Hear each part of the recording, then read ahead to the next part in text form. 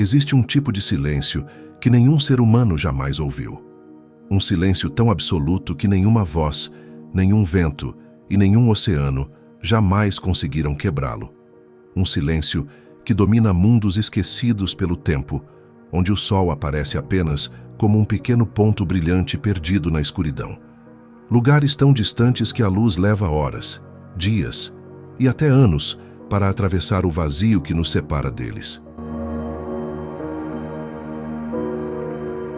Quanto mais avançamos rumo às fronteiras do sistema solar, mais estranho o universo se torna. Os planetas desaparecem, o calor praticamente deixa de existir e a escuridão passa a dominar tudo ao redor. Restam apenas mundos congelados, viajando solitários pelo espaço há bilhões de anos. Alguns preservam praticamente intactas as marcas do nascimento do sistema solar. Outros seguem órbitas tão absurdas que desafiam tudo o que acreditávamos saber sobre a gravidade. E existem aqueles que talvez estejam tão isolados que jamais recebam a visita de qualquer nave construída pela humanidade. Mas esse vazio não representa apenas distância, ele representa desconhecimento. Cada um desses lugares guarda pistas sobre a origem dos planetas, dos cometas e talvez até sobre a própria história da Terra. São verdadeiras cápsulas do tempo, escondidas nos confins do nosso quintal cósmico, esperando pacientemente para revelar segredos que permaneceram ocultos por bilhões de anos. Porque nos lugares onde quase nada acontece, podem estar escondidas algumas das maiores descobertas da ciência. Para iniciar nossa jornada, atravessaremos a gigantesca fronteira congelada, localizada além da órbita de Netuno, onde milhares de mundos esquecidos preservam a história da formação do sistema solar. Depois, nesse mesmo local, seguiremos até Plutão, um planeta anão que surpreendeu os cientistas ao revelar montanhas de gelo, planícies ativas e um mundo muito mais complexo do que alguém imaginava ser possível tão longe do Sol. Em seguida, viajaremos ainda mais em direção ao espaço profundo para conhecer Sedna, um dos objetos mais isolados já descobertos pela humanidade. Um verdadeiro fantasma cósmico cuja órbita continua intrigando os astrônomos até hoje. E por fim, deixaremos os limites físicos do sistema solar para encarar um dos maiores mistérios da astronomia, o enorme silêncio do universo e a inquietante possibilidade de que os lugares mais solitários do cosmos talvez não estejam completamente vazios. Meu nome é Pedro. Prepare-se para embarcar comigo em uma viagem incrível e solitária pelo vazio do cosmos.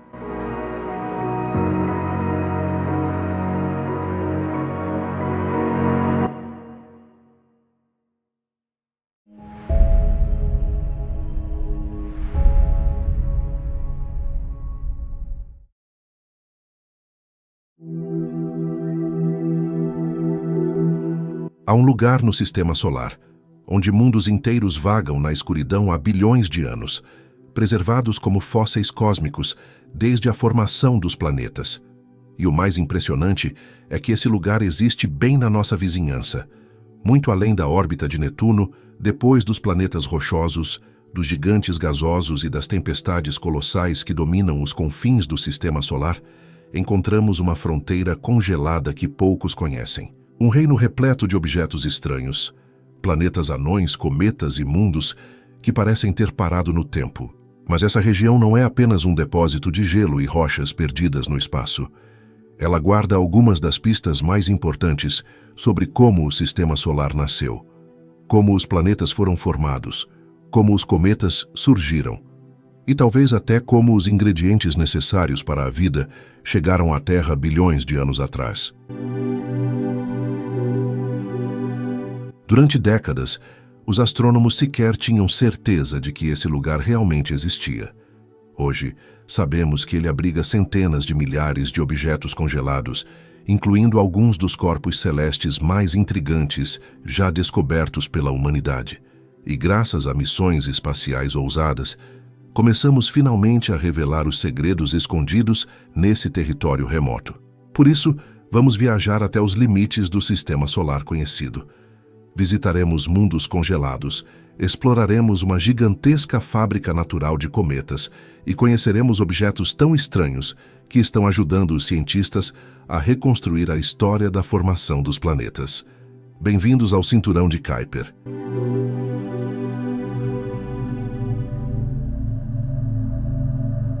Durante grande parte do século XX, os astrônomos acreditavam que Plutão era um mundo solitário.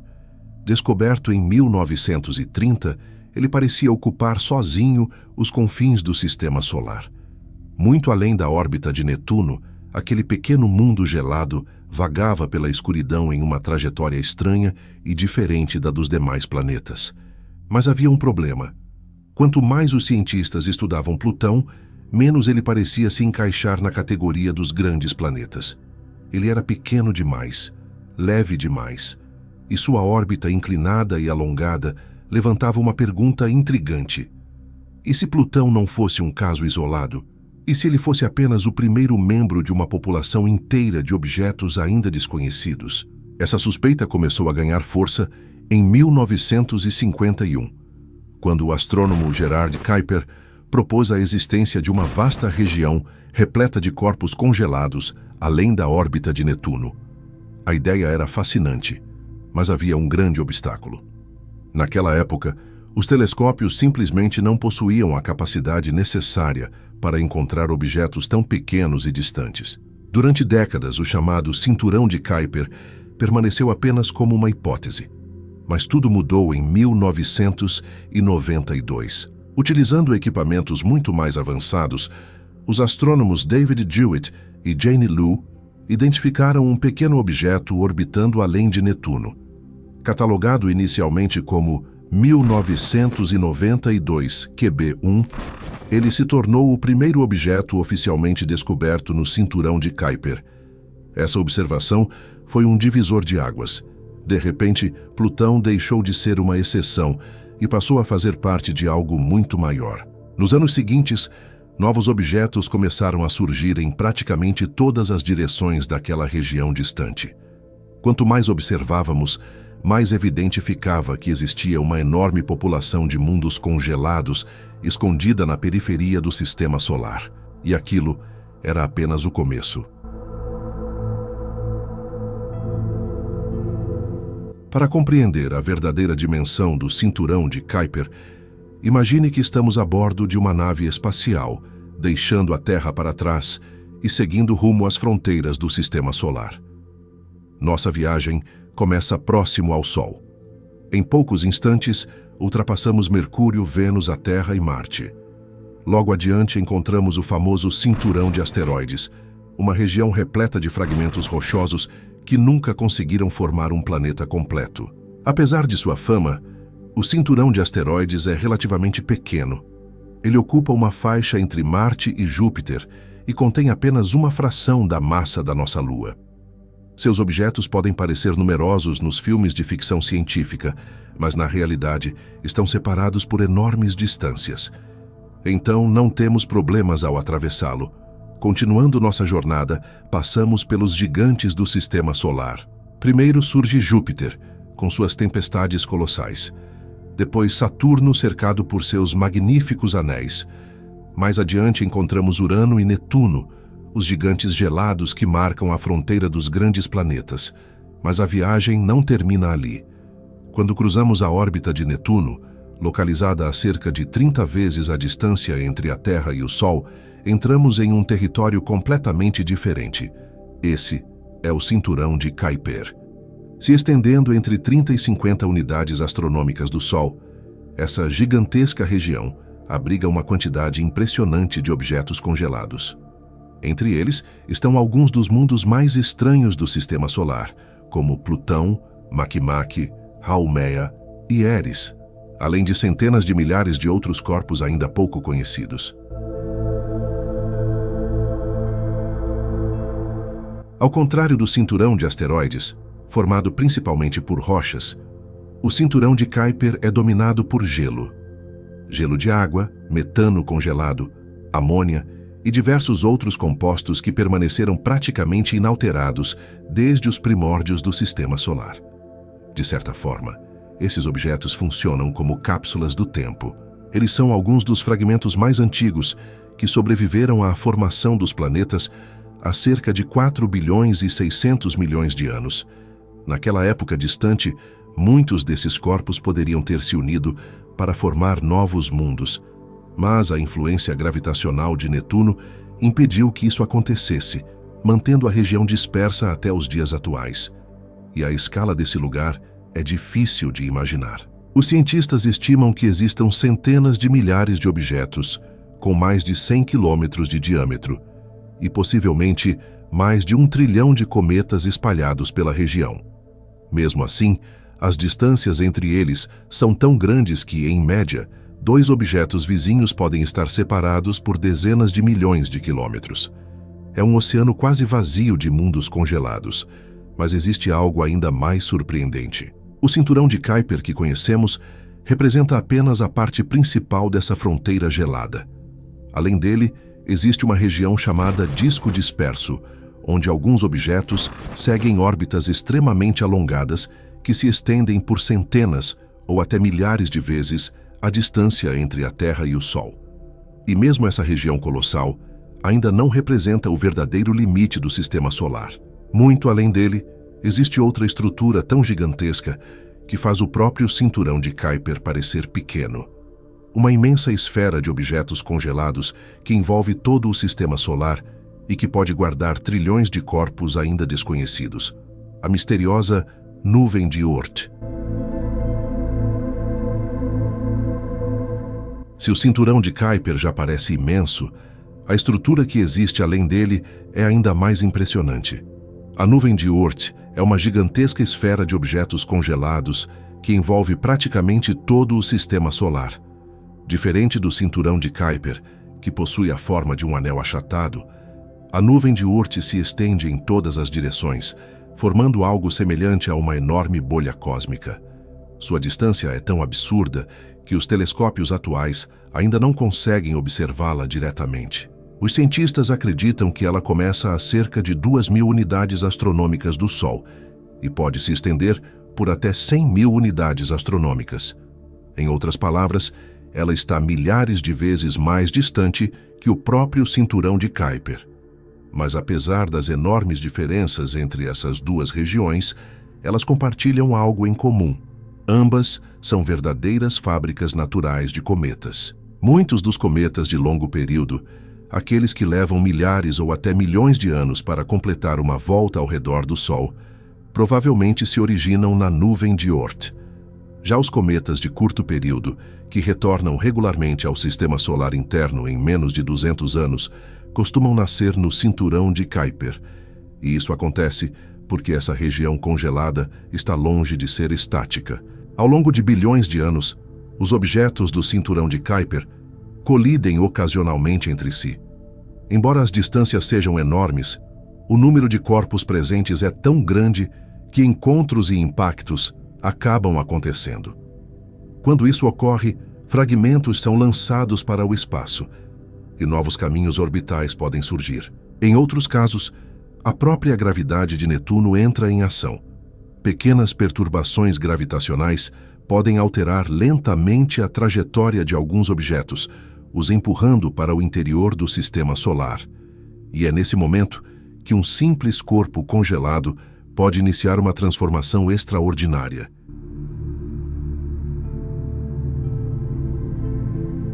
À medida que ele se aproxima do Sol, sua superfície começa a aquecer. O gelo passa diretamente para o estado gasoso, liberando poeira e partículas para o espaço. Pouco a pouco, surge uma enorme nuvem brilhante ao redor do núcleo e, logo atrás dela, forma-se uma das estruturas mais espetaculares da astronomia: a cauda de um cometa. Alguns dos cometas mais famosos já observados têm suas origens ligadas ao cinturão de Kuiper ou ao chamado disco disperso.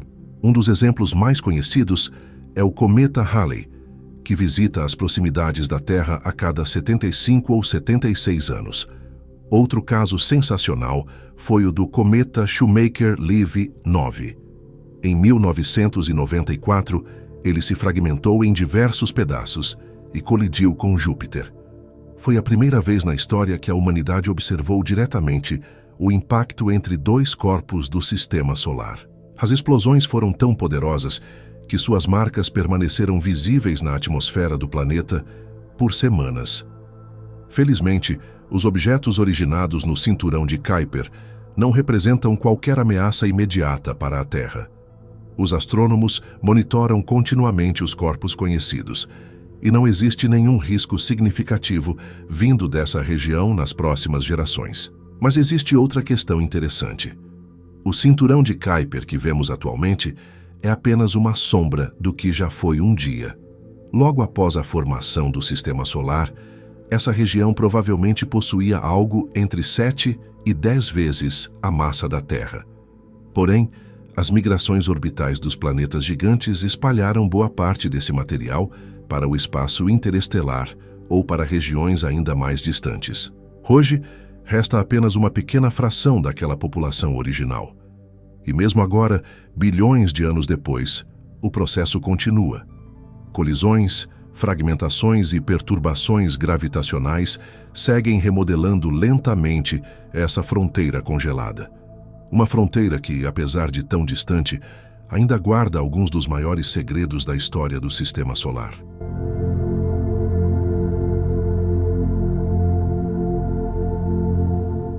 Mas o cinturão de Kuiper não é formado apenas por pequenos fragmentos de gelo e rocha.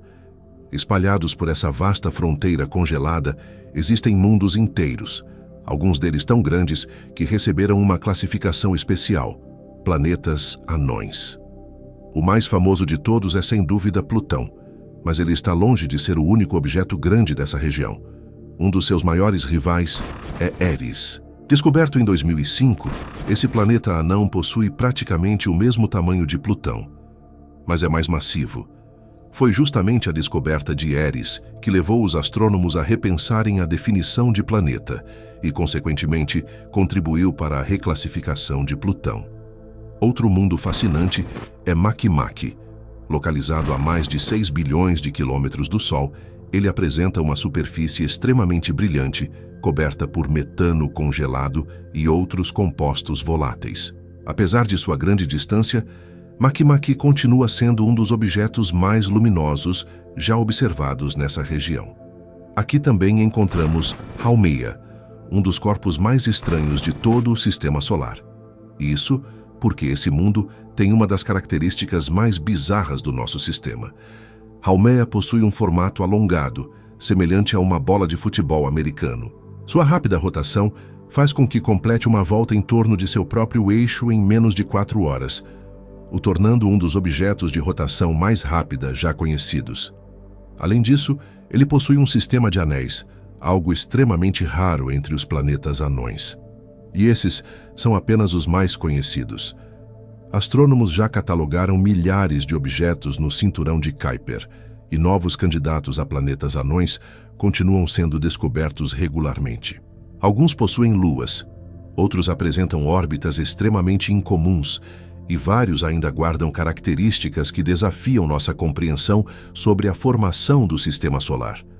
Cada um desses mundos é como uma peça de um gigantesco quebra-cabeça cósmico. Juntos, eles contam a história de uma época em que os planetas ainda estavam se formando e o Sistema Solar era um lugar muito diferente daquele que conhecemos hoje.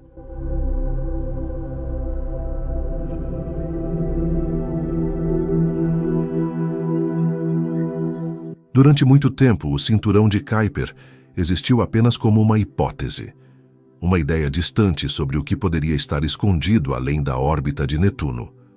Hoje, sabemos que ele é muito mais do que isso. Trata-se de uma das regiões mais importantes de todo o Sistema Solar, um imenso arquivo cósmico que preserva fragmentos quase intactos da época em que os planetas estavam nascendo. Cada mundo congelado que orbita nessa fronteira remota conta uma pequena parte dessa história. Plutão revelou paisagens muito mais complexas do que imaginávamos. Caronte mostrou evidências de um passado surpreendentemente ativo.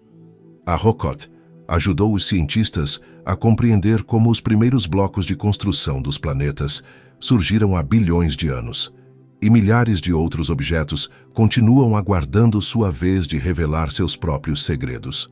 Mas talvez o mais fascinante seja perceber o quanto ainda não sabemos.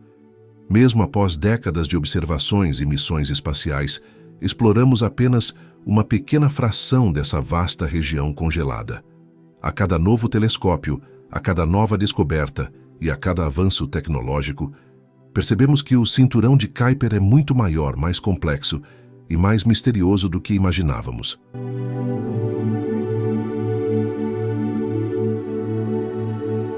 Nos próximos anos, instrumentos como o telescópio espacial James Webb deverão ajudar os cientistas a analisar esses objetos com um nível de detalhe sem precedentes. E quem sabe o que encontraremos no futuro? Talvez novas missões visitem mundos ainda desconhecidos. Talvez uma sonda pouse sobre um desses objetos congelados. Talvez amostras sejam trazidas de volta para a Terra. Ou talvez as maiores descobertas ainda estejam escondidas em algum lugar além do alcance dos nossos instrumentos atuais. O que sabemos com certeza é que o cinturão de Kuiper continua guardando respostas para algumas das perguntas mais profundas da ciência. Como os planetas se formaram, como os cometas surgiram, e como o sistema solar se transformou no lugar que chamamos de lar. Em meio à escuridão e ao frio do espaço profundo, esses mundos congelados permanecem silenciosos, preservando uma história que começou há cerca de 4 bilhões e 600 milhões de anos. Uma história que ainda estamos aprendendo a ler. E talvez essa seja a verdadeira beleza da exploração espacial. Quanto mais longe viajamos, mais percebemos que ainda existem fronteiras esperando para serem reveladas.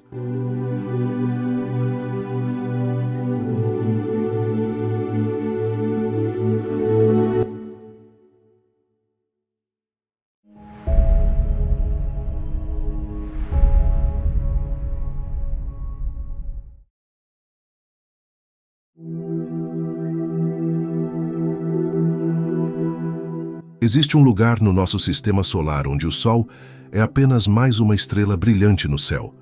Um mundo tão distante que, mesmo no seu ponto mais próximo, está a quase 5 bilhões de quilômetros da Terra. Pequeno, gelado e silencioso. Durante décadas, tudo o que sabíamos sobre ele cabia em alguns pixels borrados. Esse é Plutão. Por muito tempo, ele foi apenas uma ideia, um ponto de luz instável nas imagens do telescópio espacial Hubble, um corpo distante demais para revelar seus segredos.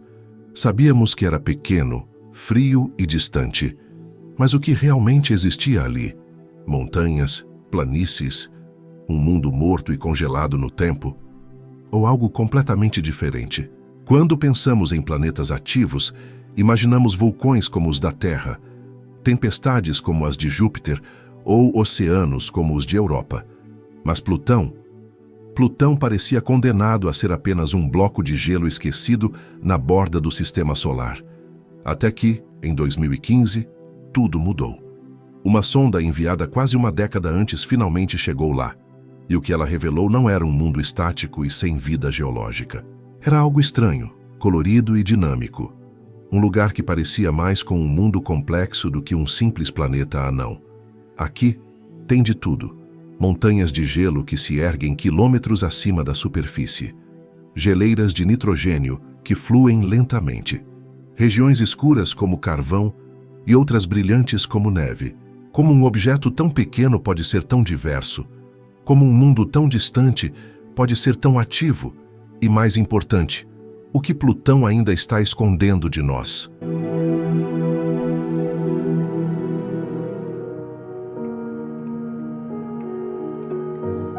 Em janeiro de 2006, a NASA lançou a sonda New Horizons a partir de Cabo Canaveral.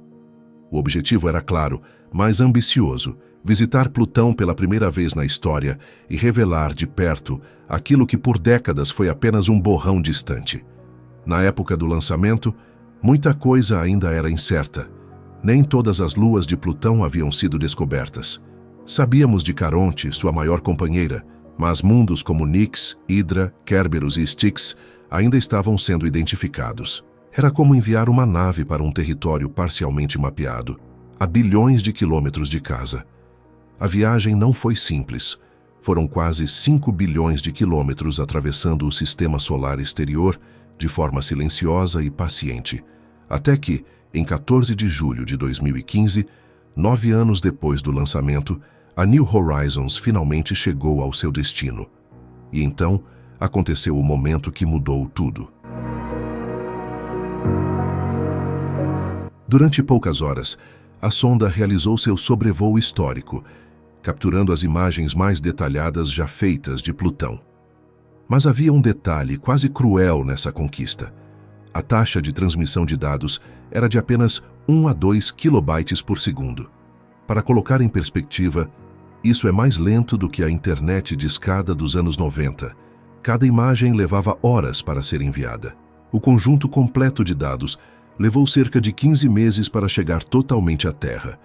E a cada nova liberação feita pela NASA, o mundo parava para olhar, porque aquilo que estava surgindo nas telas não era um bloco de gelo morto. Era um mundo complexo, colorido e geologicamente ativo. As primeiras imagens revelaram montanhas que não deveriam existir ali, planícies lisas como oceanos congelados, regiões escuras misteriosas e estruturas que ninguém havia previsto. De repente, Plutão deixou de ser um ponto distante e se transformou em um lugar real. E quanto mais imagens chegavam, mais ficava claro que estávamos apenas começando a entender o que realmente estava escondido naquele mundo na borda do sistema solar.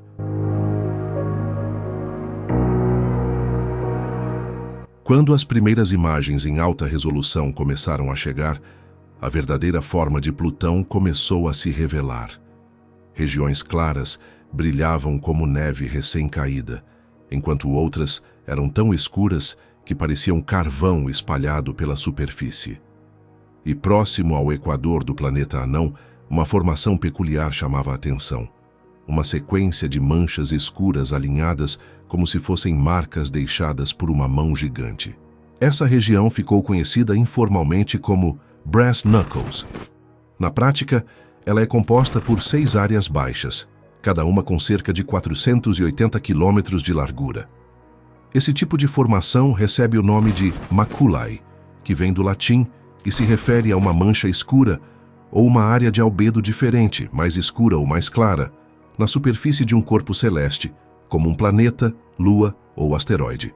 E especificamente em Plutão, as formações geológicas recebem o nome de espíritos do submundo, de diferentes mitologias ao redor do mundo. Entre eles está Balrog, sim, ele mesmo. Mas o que realmente torna essas regiões intrigantes não é o nome, é a cor. Essas áreas escuras são dominadas por uma substância chamada tolinas, compostos orgânicos complexos formados quando metano e nitrogênio interagem com radiação cósmica. Ao longo de milhões de anos, esse processo cria uma espécie de poeira avermelhada, responsável por muitos dos tons queimados que vemos na superfície de Plutão. No entanto, as tolinas não estão presentes apenas nessa região. Elas também aparecem em uma enorme área escura conhecida como Cthulhu Macula, uma das áreas mais antigas e marcadas por impactos em Plutão. Mas há algo ainda mais fascinante. Essas maculae escuras não são contínuas. Elas são separadas por regiões elevadas cobertas por gelo brilhante. Montanhas que podem atingir vários quilômetros de altura, compostas principalmente por gelo de água, que nas temperaturas extremas de Plutão se comporta como rocha sólida. E diferente do gelo de água, o gelo de nitrogênio é muito mais macio. Por isso, ele tende a escorrer lentamente para as regiões mais baixas, como se fosse uma geleira em câmera lenta. Imagine estar no fundo de um desses cânions, olhando para cima, vendo montanhas de gelo se erguerem contra um céu onde o sol é apenas mais uma estrela brilhante. Silêncio absoluto. Temperaturas em torno de menos 230 graus Celsius. E um mundo que, mesmo tão distante, revela processos químicos e geológicos incrivelmente ativos. Isso mostra o quanto a química em Plutão é complexa. e estamos apenas começando a decifrar as marcas que ele carrega na própria superfície.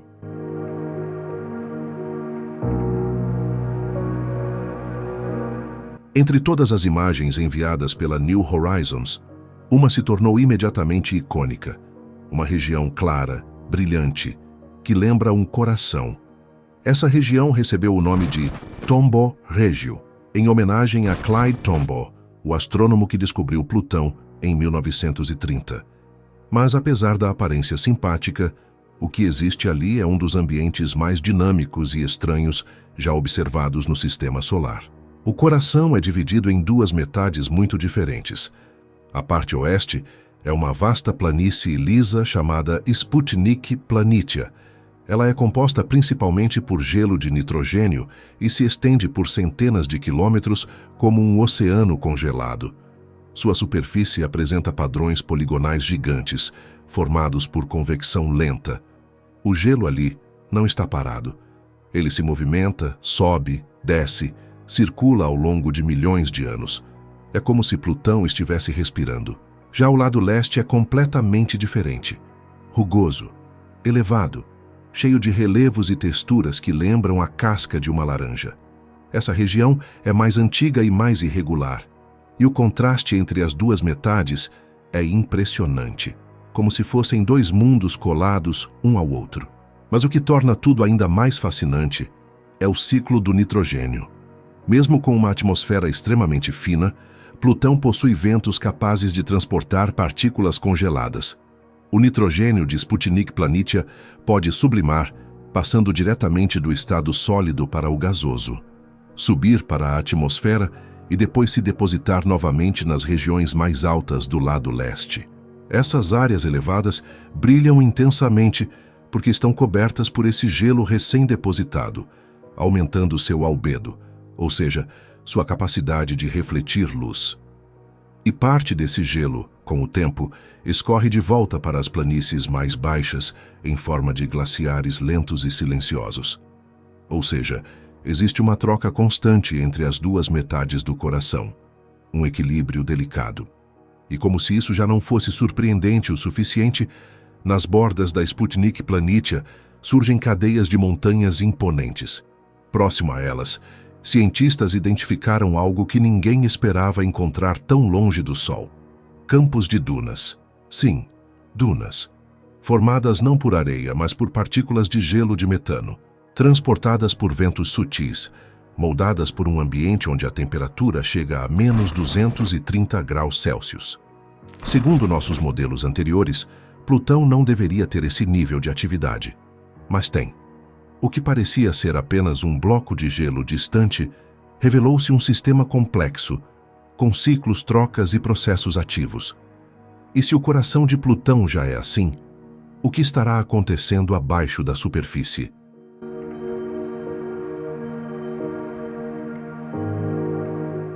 Na borda oeste da Sputnik Planitia, existe uma cadeia montanhosa impressionante chamada Al-Idrissi Montes. Ali, o terreno deixa de ser uma planície lisa e passa a ser dramático. Picos que variam de algumas centenas de metros até quase 3 quilômetros de altura, comparáveis às montanhas rochosas aqui na Terra. Mas as montanhas não são o maior mistério. A fenda profunda ao lado da cordilheira e o padrão de elevação crescente dos picos sugerem que algo pode ter se movimentado ao longo do tempo. Um estudo apresentado em 2019 propôs que essas montanhas podem ter migrado lentamente para leste por um processo chamado convecção em estado sólido, quando o material abaixo da superfície se move, mesmo estando congelado. Mas qual substância ou dinâmica é capaz de mover uma cadeia de montanhas inteira? Bom, isso nos leva à revelação talvez mais surpreendente de todas. Plutão teve, ou ainda pode ter, um oceano subterrâneo. Sim, um oceano de água líquida escondido sob quilômetros de crosta congelada. Isso colocaria Plutão na mesma categoria de mundos como Europa e Encélado. Corpos que abrigam oceanos subterrâneos aquecidos por energia interna. Mas como um mundo menor que a nossa Lua poderia manter água líquida tão longe do Sol? A resposta pode estar no calor gerado pelo lento decaimento radioativo em seu núcleo rochoso.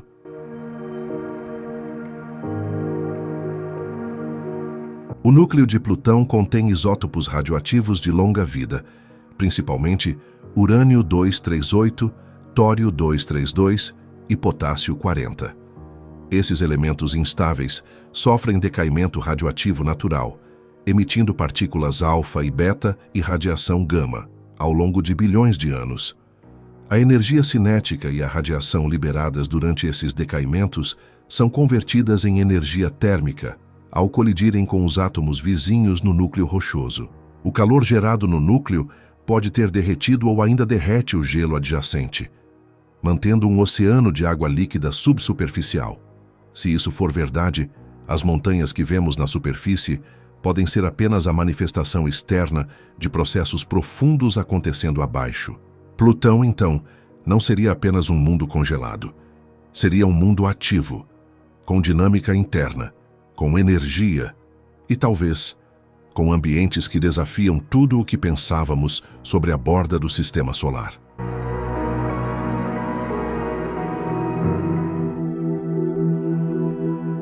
Quando olhamos para Plutão hoje, é difícil acreditar que, há pouco mais de uma década, ele era apenas um ponto borrado nas imagens do Hubble. Mas uma sonda mudou tudo.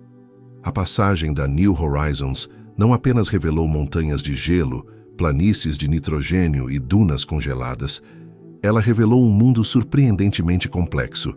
Estruturas como Wright Mons e Picard Mons levantaram outra possibilidade intrigante: criovulcões. Vulcões que não expelem lava incandescente, mas misturas geladas de água e compostos voláteis. Se confirmados, eles indicariam que Plutão foi geologicamente ativo em um passado relativamente recente. Talvez até mais recente do que imaginávamos. E então, voltamos à grande questão. Se há evidências de convecção sob a superfície, se há indícios de atividade interna, se há a possibilidade de um oceano subterrâneo, o que mais pode estar escondido ali? Plutão está a quase 6 bilhões de quilômetros do Sol. Recebe uma fração minúscula da luz e do calor que chegam à Terra. Ainda assim, conseguiu preservar, ou talvez sustentar, processos internos complexos. Isso muda a forma como olhamos para os mundos do cinturão de Kuiper. Se Plutão pode ser assim, o que dizer de Eris, de Makemake, de tantos outros corpos gelados que ainda são apenas pontos distantes no céu? A verdade é que a New Horizons nos deu respostas, mas talvez tenha nos dado ainda mais perguntas. E essa é a parte mais fascinante da exploração espacial. Cada vez que acreditamos estar fechando um capítulo, abrimos vários outros. E sabe o que é mais curioso? No ano do lançamento da New Horizons, Plutão deixou de ser o 9º planeta. E hoje começa a ser reconhecido como algo muito mais interessante. Um mundo dinâmico, ativo e surpreendente. Talvez no futuro enviemos outra sonda mais tecnológica. E quem sabe exploremos outros mundos do cinturão de Kuiper. Claro, isso pode levar 20 anos de viagem. Mas, como a própria New Horizons provou, vale a pena esperar. Porque no fim das contas, quanto mais nos afastamos do Sol, mais percebemos que o Sistema Solar ainda está cheio de surpresas. E Plutão pode ser apenas o começo.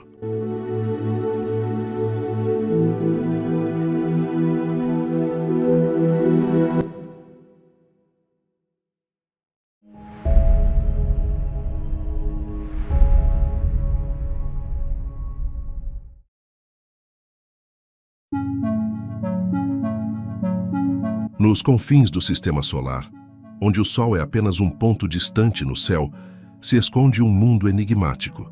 Sedna. Esse planeta anão é um verdadeiro fantasma cósmico, vagando por uma das regiões mais isoladas já exploradas pela astronomia. Descoberto em 2003 pelo astrônomo Michael Brown, ele recebeu o nome da deusa do mar da mitologia Inuit, uma escolha simbólica para um corpo celeste que parece mergulhado nas profundezas geladas do espaço. Sedna não é apenas mais um planeta anão. Ele pode ser uma cápsula do tempo, um fóssil dos primórdios do Sistema Solar.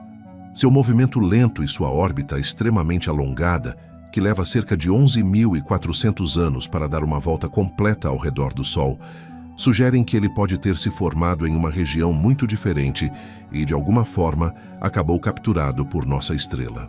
Algumas teorias indicam que Sedna pode até ter sido arrancado de outro sistema estelar durante uma passagem próxima a bilhões de anos.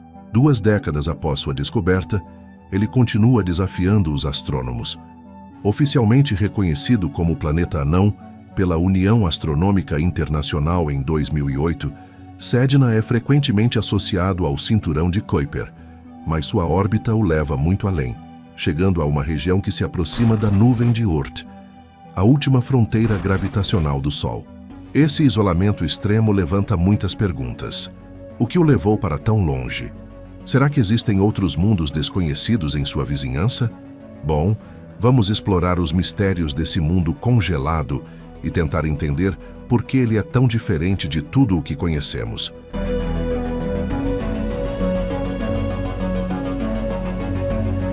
A descoberta de Sedna foi um marco na astronomia e na astrofísica. Sendo um dos objetos mais distantes já observados no Sistema Solar, ele forneceu informações valiosas sobre a formação e evolução das regiões mais externas do nosso quintal cósmico. Além disso, sua existência ajudou a reforçar a teoria da nuvem de Oort, uma imensa concha de corpos gelados que circunda todo o Sistema Solar. Sedna tem uma órbita extremamente excêntrica, com um periélio, que é o ponto mais próximo do Sol, muito mais distante do que qualquer outro objeto conhecido. Isso sugere que ele pode ser um membro da nuvem de Oort, fortalecendo ainda mais a ideia de que essa estrutura realmente existe. Mas a história fica ainda mais interessante. Sua órbita bizarra pode ter sido causada pela influência gravitacional de uma estrela que passou perto demais no passado distante, alterando sua trajetória e o lançando para onde está hoje. Isso nos leva à intrigante hipótese de que o Sistema Solar pode ter se formado através de interações com outras estrelas. Além disso, Sedna também pode estar ligado ao enigmático Planeta 9, aquele corpo hipotético e gigante que poderia estar escondido nos confins do Sistema Solar. Isso porque o movimento excêntrico do planeta anão se assemelha ao de outros objetos que podem estar sob a influência gravitacional desse planeta misterioso. Se um dia encontrarmos o tal Planeta 9, Sedna pode ter sido a chave que nos levou até ele. Mas vamos nos conter por enquanto. O Planeta 9 pode esperar. Sedna ainda tem muitos segredos para revelar. Sedna é um planeta anão de coloração avermelhada, localizado além da órbita de Netuno. Sua superfície é composta por uma mistura de gelo, metano e tolinas, compostos orgânicos formados pela ação direta da radiação ultravioleta, e o que dá ao planeta anão uma cor avermelhada. E a temperatura por lá é um verdadeiro pesadelo gelado, chegando a 240 graus Celsius negativos. Seu terreno é repleto de crateras, cordilheiras e outras formações esculpidas ao longo do tempo por colisões com outros corpos celestes. A camada externa é coberta por uma espessa camada de gelo de metano e nitrogênio. Já sua atmosfera é praticamente inexistente, com apenas vestígios de metano, nitrogênio e gás carbônico. Além disso, Sedna tem um diâmetro de aproximadamente 1.000 quilômetros, o que é menos da metade do tamanho de Plutão, o que, ainda assim, a coloca entre os 10 maiores objetos transnetunianos conhecidos. Os mistérios de Sedna são muitos e variados, e sua órbita é um dos mais intrigantes. Para começar, ela é extremamente incomum. Como vimos, o planeta anão está entre os objetos mais distantes já observados no Sistema Solar, e sua trajetória é bastante inclinada em relação ao plano da eclíptica. Ou seja, enquanto a maioria dos planetas segue uma dança relativamente ordenada, Sedna parece estar fazendo passos completamente fora do ritmo. Outro detalhe impressionante é que sua órbita é extremamente alongada. Seu ponto mais próximo do Sol, o periélio, fica a 76,1 unidades astronômicas de distância, enquanto o ponto mais distante, o afélio, chega a absurdas 937 unidades astronômicas. Para colocar isso em perspectiva, Plutão, que é extremamente distante, nunca passa de 49 unidades astronômicas. Além disso, Sedna leva cerca de 11.400 anos para dar uma única volta ao redor do Sol. Isso significa que quando o planeta iniciou sua trajetória atual, os humanos estavam apenas começando com a agricultura. A rotação de Sedna também é um verdadeiro enigma. Quando foi descoberto, acreditava-se que o planeta tinha um período de rotação extremamente grande, de 20 a 50 dias.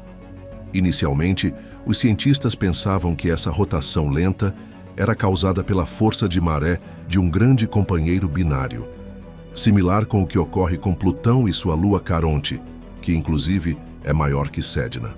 Mas em 2004, quando o telescópio Hubble apontou suas lentes para Sedna, na tentativa de encontrar esse satélite, não achou nada. Alguns anos depois foram realizadas medições com o telescópio MMT, que sugeriram um período de rotação muito menor, de cerca de 10 horas, o que é típico para um objeto transnetuniano do tamanho de Sedna. Mas isso não é tudo. Após refinar os dados sobre o período de rotação de Sedna, os cientistas notarão que essa rotação não está sincronizada com sua órbita. Isso sugere que algo lá no passado pode ter alterado o movimento natural do planeta anão, como a passagem de uma estrela ou a interação com outro planeta. A origem de Sedna continua sendo um grande mistério. Muitos cientistas acreditam que ela seja parte do cinturão de Kuiper, mas sua localização e órbita incomuns levantam algumas dúvidas. Teria o planeta anão sido capturada pela gravidade do Sol? Ou talvez tenha se formado nos confins do Sistema Solar antes de ser puxada para sua posição atual? Bom, aqui vai algumas teorias sobre sua origem. A primeira delas é a hipótese da captura. Essa ideia sugere que esse planeta anão pode ter sido originalmente formado em outro sistema estelar e capturado pelo Sol em algum momento do passado. Outra hipótese é a da captura e ejeção, sugerindo que esse planeta anão pode ter sido originalmente formado em outro sistema estelar e capturado pelo Sol em algum momento do passado. Essa estrela teria primeiro capturado Sedna e depois, em um movimento dramático digno de um filme de ficção científica, o arremessado para longe, colocando-o na trajetória excêntrica que vemos hoje. Temos também a hipótese da formação planetária. Alguns cientistas sugerem que Sedna se formou a partir da mesma nuvem de gás e poeira que deu origem aos outros planetas do Sistema Solar. Se for o caso, isso pode indicar que houve uma influência gravitacional desconhecida, moldando os primórdios da nossa vizinhança cósmica. Bom, como deu para perceber, a formação de Sedna ainda permanece um mistério. Quem sabe um dia tenhamos uma tecnologia espacial avançada o suficiente para enviar uma sonda até a órbita do planeta anão. Talvez aí sim teremos dados o suficiente para cravar como Sedna realmente se formou. O que eu vou falar agora provavelmente não é surpresa para ninguém. A verdade é que Sedna é um lugar bem inóspito para a vida. Estando tão longe do Sol, sua temperatura superficial, como vimos, gira em torno de menos 240 graus Celsius, frio o suficiente para congelar quase que instantaneamente qualquer aspirante a turista espacial. Além disso, não há atmosfera, e a radiação vinda do espaço interestelar pode ser prejudicial, o que só piora as chances de qualquer forma de vida se estabelecer por lá. Ainda assim, alguns cientistas levantam a hipótese da existência de um oceano subterrâneo, escondido sob sua crosta gelada. Modelos de aquecimento interno através de decaimento radioativo sugerem que Sedna pode ser capaz de suportar um oceano subterrâneo de água líquida. Se isso for verdade, extremófilos, organismos que adoram condições extremas, poderiam estar vivendo por lá. Mas calma, antes de imaginar alienígenas nadando, estamos falando de micro-organismos e não de formas de vida complexas. Sedna é um verdadeiro enigma cósmico. Sua órbita incomum e composição peculiar fazem dele um objeto-chave para entendermos melhor como o sistema solar se formou e evoluiu. Além disso, sua tonalidade avermelhada pode revelar segredos sobre a química dos confins do nosso sistema. Conforme os astrônomos continuam estudando esse planeta anão, ele continuará sendo uma peça essencial no quebra-cabeça do sistema solar. No entanto, muitos de seus mistérios ainda devem permanecer sem solução por um bom tempo. Uma coisa é certa: quanto mais descobrimos sobre Sedna, mais percebemos o quanto ainda não sabemos nada sobre os confins do nosso próprio quintal cósmico.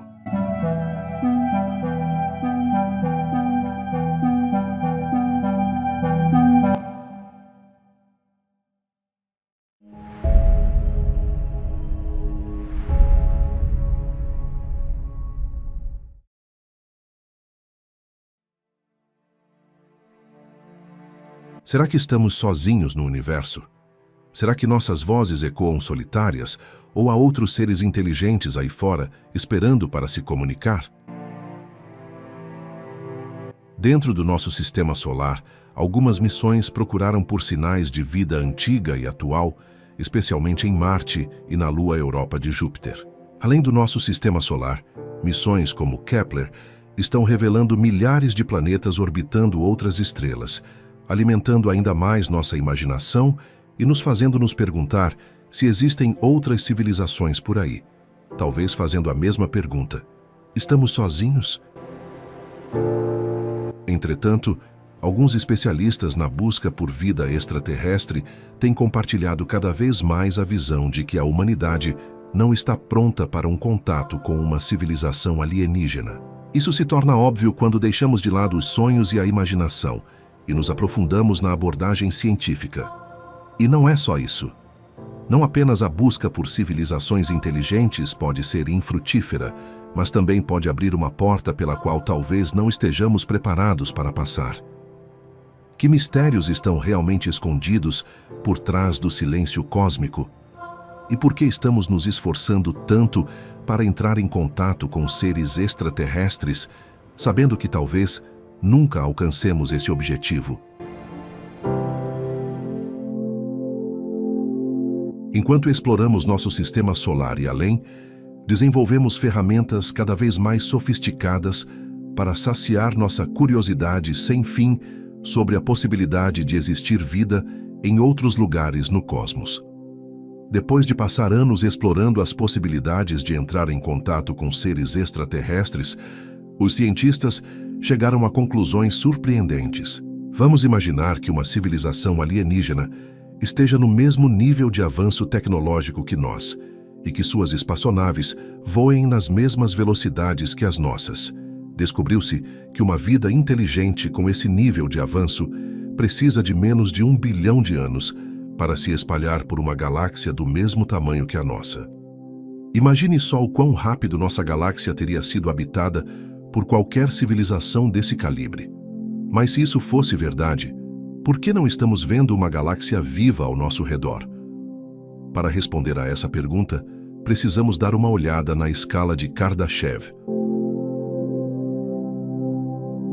Alguns cientistas modernos utilizam essa escala para medir a capacidade potencial de organismos vivos colonizarem o espaço ao redor e, consequentemente, a possibilidade de contato com outras formas de vida.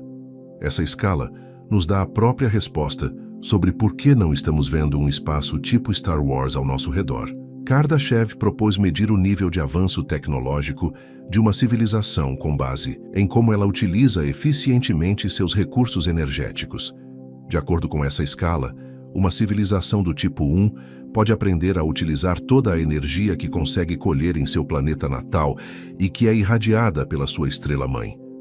Esse tipo de civilização provavelmente está pronta para viagens interplanetárias e, em algum momento, será capaz de colonizar todo o seu sistema. Para contexto, nós utilizamos um pouco mais que 60% do potencial energético do nosso planeta, enquanto a quantidade de energia que aprendemos a aproveitar do Sol é inferior a 0,1%.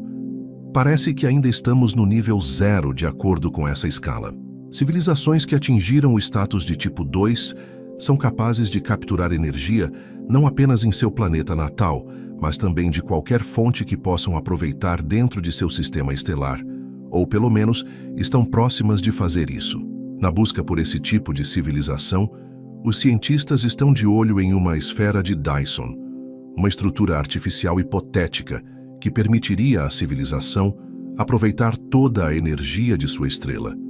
Essas civilizações seriam capazes de viagens interestelares, teriam colonizado ativamente sua própria galáxia e possivelmente avançado para colonizar áreas vizinhas, o que lhes permitiria aumentar cada vez mais a quantidade de energia que poderiam usar.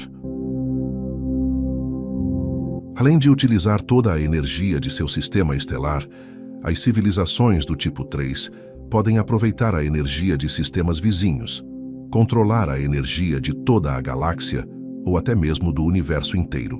Existe uma razão simples para a dificuldade de se comunicar com uma civilização do tipo 1. Ao calcular a capacidade de transmitir e receber sinais no espaço, descobrimos que a visibilidade máxima da atividade energética da Terra, basicamente sinais de rádio, lasers, atividade elétrica, é muito limitada.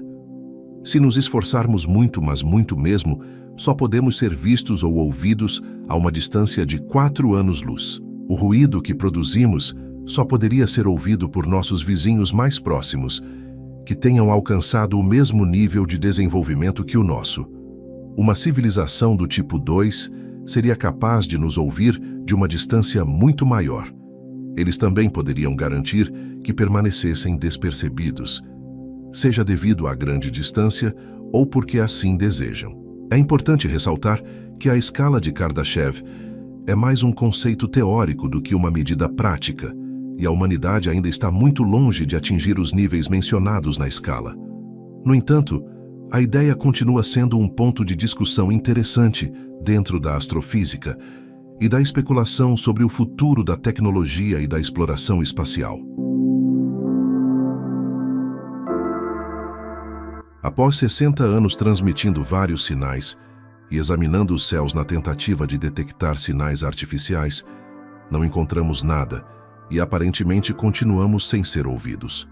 O paradoxo de Fermi foi primeiro levantado pelo físico Enrico Fermi. Certa vez, ao falar com seus colegas, ele fez uma pergunta aparentemente simples: onde estão os alienígenas e por que eles não nos visitaram? Entretanto, quando consideramos o nível de desenvolvimento de nossa própria civilização, a resposta é bem óbvia. Por que eles fariam isso? As logísticas necessárias para viagens interestelares só estão disponíveis para civilizações que atingiram pelo menos o nível 2. E aos olhos deles, talvez não valhamos a pena. Afinal, qual pessoa em sã consciência tentaria se comunicar com formigas?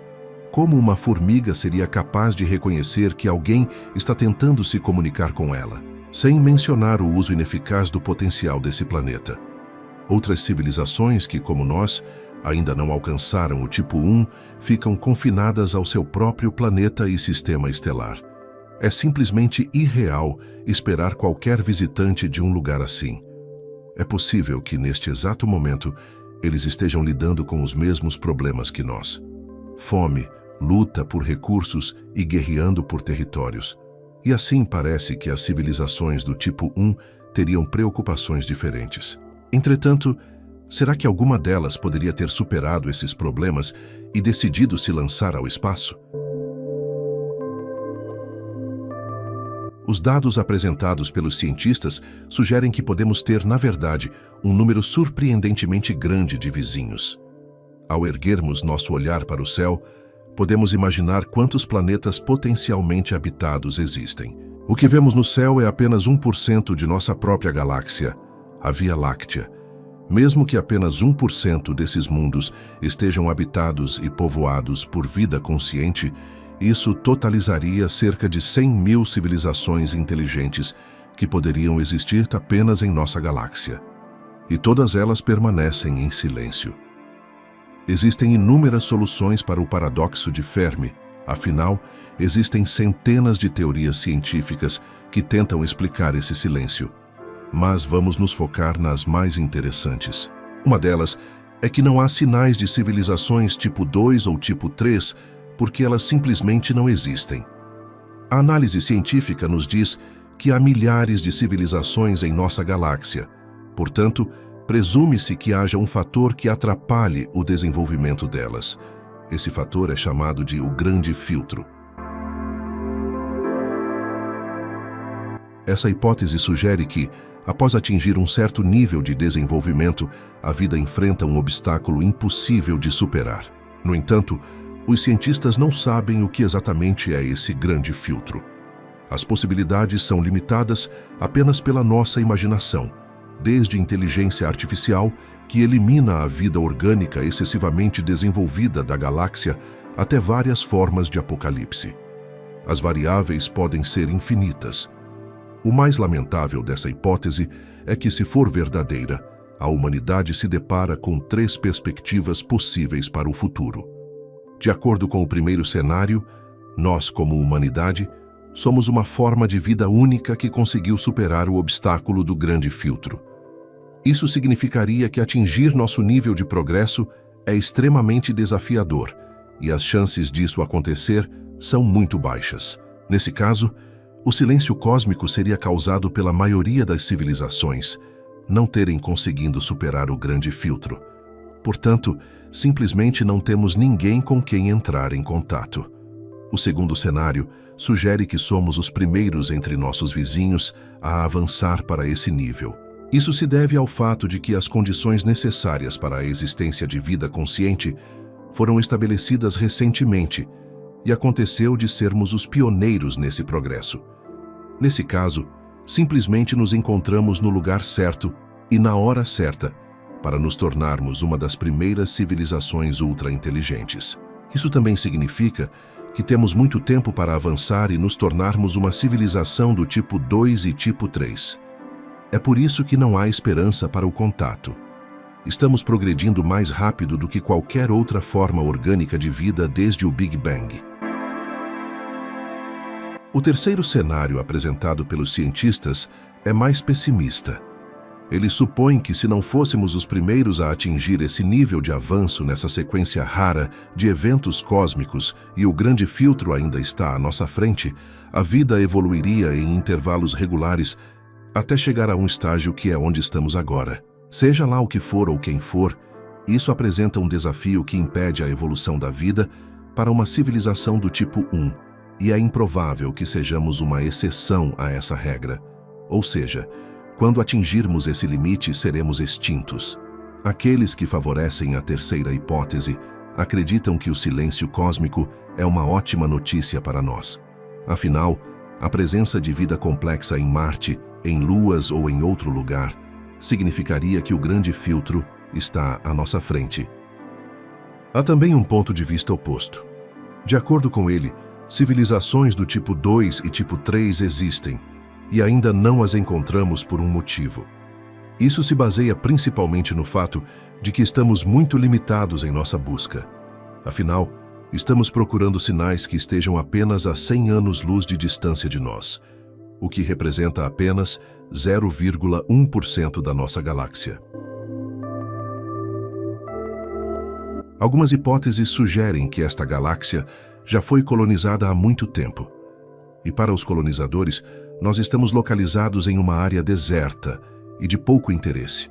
Também é possível que haja atividade ao redor de nosso sistema e simplesmente sejamos muito primitivos para entender esses sinais, ou estamos concentrando nossos esforços em outro lugar.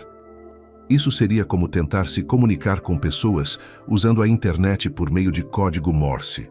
É igualmente possível que nossas mentes se diferenciem tanto em comparação com outras formas de vida, que nossas tentativas de estabelecer contato parecem um ruído sem sentido. Outra hipótese interessante é a teoria do zoológico cósmico, que afirma que estamos realmente cercados por uma galáxia densamente povoada. Dentro deste mundo, a Terra é algo semelhante a uma reserva de vida selvagem, algo que você pode observar, mas não é permitido fazer um passeio de safari ou entrar em contato com uma forma de vida tão primitiva. E assim, como de costume, toda tentativa de explicar esse paradoxo inevitavelmente chega a um impasse. O paradoxo de Fermi continua sendo um enigma não resolvido, e é um tópico fascinante tanto na ciência quanto na ficção científica. Pesquisadores de várias áreas, como astrofísica, biologia e sociologia, debatem e exploram várias hipóteses para tentar entender por que ainda não encontramos evidências de vida extraterrestre. Sabemos muito pouco sobre o espaço e ainda não evoluímos para o nível necessário que possibilite resolver esses problemas. Mas isso não significa que nossas tentativas de encontrar vida inteligente tenham parado e que a humanidade esteja congelada no lugar, esperando por um contato externo.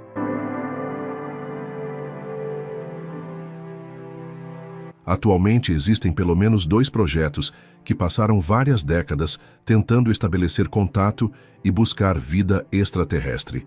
Esses são os projetos SETI e METI. O trabalho desses 2 projetos é baseado na equação de Drake, uma fórmula matemática que sugere ser possível calcular com precisão o número e, mais importante, a localização potencial de mundos habitados. O próximo passo é usar essa informação para se comunicar. De acordo com essa equação, nossa galáxia abriga entre 8 e 2.900 sistemas de vida inteligente. À medida que a ciência evoluiu e nosso conhecimento sobre a galáxia cresceu, os cálculos se tornaram mais precisos. Segundo os estudos, deveria haver exatamente 36 outros mundos irmãos coexistindo conosco na Via Láctea. O projeto SETI começou na década de 60 e, inicialmente, focou em escanear nossas imediações em busca de sinais de rádio artificiais provenientes de nossos vizinhos potenciais. No entanto, nenhum sinal foi encontrado. E por último, mas não menos importante, a missão da METI também é muito importante. Afinal, eles ajudam tentando capturar quaisquer mensagens do espaço e enviar nossas saudações para estrelas distantes. Conhecemos pelo menos 8 tentativas de comunicação, 2 das quais são os famosos discos de ouro nas sondas Voyager e discos semelhantes nas sondas Pioneer. As outras 6 são mensagens contidas em sinais de rádio direcionados para algumas estrelas. Por exemplo, para uma das estrelas parecidas com o Sol mais próximas, Gliese 581. Devido à distância, é improvável que ouçamos uma resposta, mas é possível que nossos descendentes possam. Para resumir os resultados do nosso pequeno estudo, podemos dizer com bastante certeza que o silêncio do universo é normal. Também é possível que ainda não tenhamos evoluído o suficiente para entrar em contato com a inteligência ao nosso redor, ou até mesmo que o próprio cosmos ainda não esteja pronto para isso. Qual desses cenários é o mais provável? Somos uma espécie única ou todo o espaço foi colonizado por civilizações superdesenvolvidas há muito tempo? Tudo indica que estamos cada vez mais próximos de descobrir as respostas para essas perguntas. Mas será que estaríamos prontos para um potencial contato? Essas civilizações não apenas controlam essa energia, mas possivelmente têm o poder de mudar mundos inteiros. Será que um dia a humanidade também poderá alcançar essa escala cósmica? O desconhecido nos aguarda e a exploração do universo continua a revelar mais mistérios e possibilidades do que podemos imaginar. Enquanto olhamos para as estrelas e contemplamos o cosmos, devemos nos perguntar se estamos preparados para o que poderia estar lá fora, além do alcance de nossos olhos e além das fronteiras do nosso planeta. O futuro nos reserva respostas fascinantes e descobertas emocionantes, à medida que continuamos nossa jornada de exploração cósmica.